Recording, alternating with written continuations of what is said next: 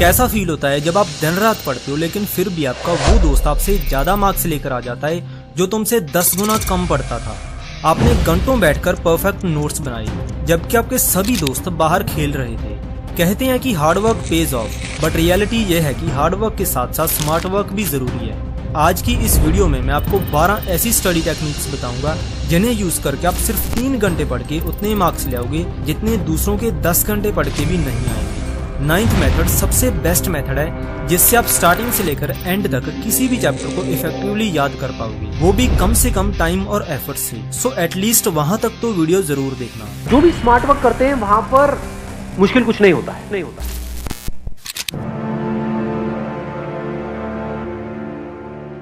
Suppose ये 2 students एक दिन में 6 घंटे सेल्फ स्टडी करते थे। दोनों इक्वल टाइम के लिए स्टडी करते थे, लेकिन फिर भी इन दोनों के मार्क्स में जमीन आसमान का फर्क था। स्टूडेंट बी के मार्क्स स्टूडेंट ए से काफी ज्यादा थे, क्योंकि दोनों के स्टडी करने के तरीके में एक छोटा सा डिफरेंस था। स्टडीज में पाया गया है कि हमारा ब्रेन एवरेज आधे घंटे के लिए ही 100% एफिशिएंसी से काम कर सकता है। अनफॉर्चुनेटली स्टूडेंट ए को ये बात नहीं पता थी। वो लगातार 6 घंटे स्टडी करता था, जिसमें कहने को तो वो 6 घंटे पढ़ा, लेकिन इफेक्टिव स्टडी हुई सिर्फ आधे से 1 घंटा, क्योंकि आधे घंटे बाद या फिर कुछ लोगों के लिए 1 घंटे बाद ब्रेन की एफिशिएंसी सिर्फ 20-30% ही रह जाती है। वहीं दूसरी तरफ इस प्रॉब्लम को टैकल करने के लिए स्टूडेंट बी ने पोमोडोरो टेक्निक का यूज किया। इसमें हर आधे घंटे की स्टडी के बाद 5 मिनट का ब्रेक लेना होता है, या फिर लगातार 50 मिनट पढ़ के 10 मिनट का ब्रेक ले लो। इस ब्रेक में ब्रेन रिचार्ज होगा और इसकी एफिशिएंसी दोबारा 100% हो जाएगी। इस स्टडी ब्रेक वाले पैटर्न से स्टडी करने के बाद 6 घंटों में से 5.5 घंटे इफेक्टिव स्टडी होगी। लेकिन प्रॉब्लम यह है कि 10 में से सिर्फ 1-2 स्टूडेंट्स ही इस टेक्निक को सही से यूज कर पाती हैं, क्योंकि अगर ब्रेक में कुछ ऐसा करने लग गए जिससे ब्रेक 5 मिनट से 5 घंटे की हो जाए तो इसका कोई फायदा नहीं है। इसलिए ब्रेक में कोई भी हाई डोपामिन वाली एक्टिविटी मत करना। द बेस्ट वे इज कि आप 5-10 मिनट रूम से बाहर निकलो और थोड़ा चल फिर लेना, जिससे जस्ट माइंड फ्रेश हो जाए। कभी आपके साथ ऐसा हुआ है कि आप पढ़ना तो चाहते हो लेकिन पढ़ने का मन नहीं करता? ऐसा इसलिए होता है क्योंकि आप अपने दिन को प्लान ही गलत तरीके से करते हो या फिर करते ही नहीं। अगर आप अपने दिन को सही तरीके से प्लान नहीं करोगे तो पिछली टेक्निक यूज करने का भी कोई फायदा नहीं है। सपोज स्टूडेंट ए और स्टूडेंट बी दोनों पोमोडोरो टेक्निक से स्टडी करते हैं, लेकिन डिफरेंस ये है कि स्टूडेंट ए सुबह उठने के बाद पहले फोन उठाएगा, गेम वगैरह खेलेगा और फिर आधा दिन वेस्ट करने के बाद स्टडी करेगा। वहीं स्टूडेंट बी पहले स्टडी करेगा, उसके बाद अपना टास्क कंप्लीट होने पर एज ए रिवॉर्ड फोन उठाएगा। गैस किसके मार्क्स ज्यादा आएंगे? ऑब्वियसली स्टूडेंट बी के, क्योंकि स्टूडेंट ए ने तो अपना ब्रेन पहले ही डोपामिन से ओवर स्टिमुलेट कर लिया, जिससे बाद में ना तो उसका पढ़ने का मन करा और ना ही वो फोकस कर पाया। अगर डोपामिन के बारे में आपको नहीं पता तो इस वीडियो के बाद आप प्रीवियस वीडियो को जरूर देखना। राइटर जेम्स क्लियर अपनी बुक एटॉमिक हैबिट्स में लिखते हैं कि environment is one of the most important things जो आपकी हैबिट्स को इन्फ्लुएंस करता है। आप कितनी इफेक्टिव स्टडी कर पाते हो ये इस पर भी डिपेंड करता है कि स्टडी करते टाइम आपका एनवायरनमेंट कैसा है। जैसे किचन में जाने पर कुछ खाने को मन करता है, बेड पर लेटने से सोने को मन करता है, पार्टी में जाने से नाचने को मन करता है, वैसे ही लाइब्रेरी में बैठने से या फिर एक सेपरेट स्टडी टेबल पर बैठने से स्टडी करने का ही मन करता है। हमारा सबकॉन्शियस ब्रेन एनवायरनमेंट से क्यूज लेता है और इस क्यू की वजह से कोई भी हैबिट ट्रिगर होती है। इसलिए आपको अपने ब्रेन को ट्रेन करना होगा कि स्टडी करते टाइम आप हमेशा स्टडी टेबल पर बैठकर ही स्टडी करो। कहने का पॉइंट यह है कि स्टडी के लिए एक सेपरेट प्लेस होनी चाहिए। ऐसा नहीं है कि वहीं पर बैठकर स्टडी कर रहे हो और वहीं पर खा रहे हो और वहीं पर फोन देख रहे हो। कभी कभी कुछ कॉन्सेप्ट्स ऐसे होते हैं जो हमें सालों तक याद रहते हैं, लेकिन कुछ चीजें जितनी भी कोशिश कर लें याद ही नहीं होती। किसी भी इन्फॉर्मेशन को याद करने के लिए सबसे पहले हमें ये पता होना चाहिए कि वो एक फैक्ट है या फिर कॉन्सेप्ट। जैसे अगर मैं आपसे पूछूं वर्ल्ड वॉर 2 कब हुआ, तो आप में से कुछ को याद होगा और कुछ को नहीं, क्योंकि ये एक फैक्ट है। वेयर एज अगर आपको पूरा कॉन्सेप्ट आता हो, यानी वर्ल्ड वॉर 2 कैसे हुआ, क्यों हुआ और किसने स्टार्ट किया, तो फैक्ट भी इजिली याद हो जाएंगे। फॉर एग्जाम्पल वर्ल्ड वॉर 1 खत्म होने के बाद 1919 में ट्रीटी ऑफ वर्साइलेस साइन हुई। On the 28th of June 1919, the Treaty of Versailles was signed. इस ट्रीटी ने जर्मनी को इतना पनिश किया कि उनका इकोनॉमी कोलैप्स कर गया। फिर एक एक्सट्रीमिस्ट सोच वाले लड़के अडोल्फ हिटलर ने अपने देश को संभालने का जिम्मा लिया। That I have walked, that I have advocated for you in these years. I have spent my time in service of my people. लेकिन हिटलर ने वो तरीका अपनाया जो किसी ने सोचा भी नहीं था। हिटलर ने पोलैंड पर अटैक कर दिया। बस यही अटैक वर्ल्ड वॉर 2 का स्टार्टिंग पॉइंट बना और 1939 में वर्ल्ड वॉर 2 स्टार्ट हुई, जो कि 1945 तक चली। अब अगर आपको कॉन्सेप्ट समझ में आया कि ये वॉर कैसे स्टार्ट हुआ, तो 1939 का ईयर हमेशा याद रहेगा। फैक्ट्स बिल्कुल यूजलेस हैं अगर आपको कॉन्सेप्ट्स नहीं पता। फैक्ट्स मीनिंगफुल तभी होंगे अगर उससे रिलेटेड कॉन्सेप्ट पता होगा। फॉर एग्जाम्पल, अब मैं एक एक करके 13 लेटर्स बोलूंगा। मेरे रुकने पर आपको सेम ऑर्डर में ये 13 लेटर्स याद करके बोलने होंगे। So ready? Y T R H A U S T D P A Y H। अब वीडियो पॉज करो और याद करने की कोशिश करो।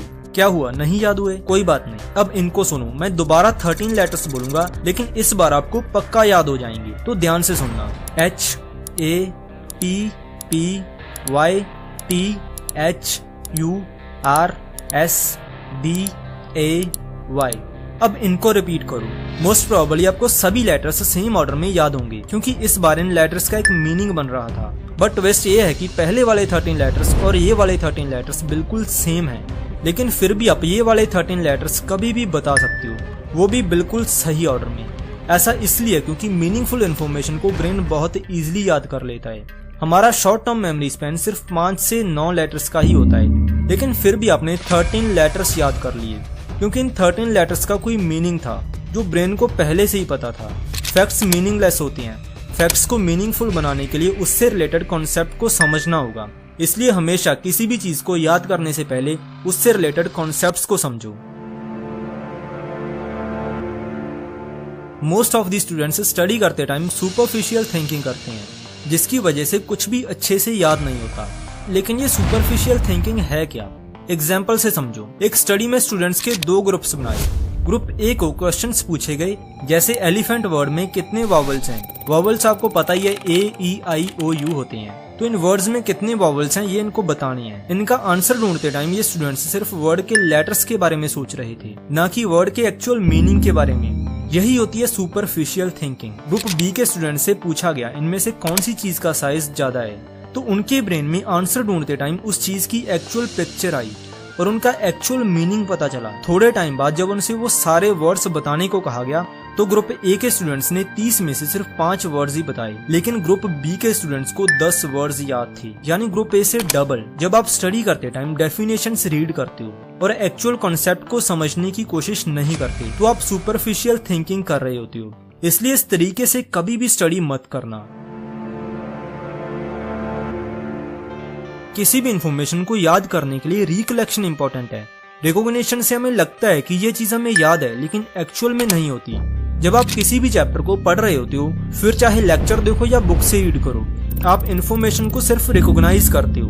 कभी आपको लगा जब आप अपने नोट्स लेकर रिवीजन स्टार्ट करते हो, तो हर चीज देखने पर ऐसा लगता है कि ये भी आता है और ये भी आता है, लेकिन नोटबुक बंद करते ही सब ब्लैंक, कुछ याद नहीं होता, क्योंकि आपका ब्रेन उस इन्फॉर्मेशन को देखने पर उसे रिकॉग्नाइज कर रहा था कि हाँ ये तो मैंने पहले भी पढ़ा है, लेकिन ब्रेन में स्टोर कुछ नहीं हो रहा।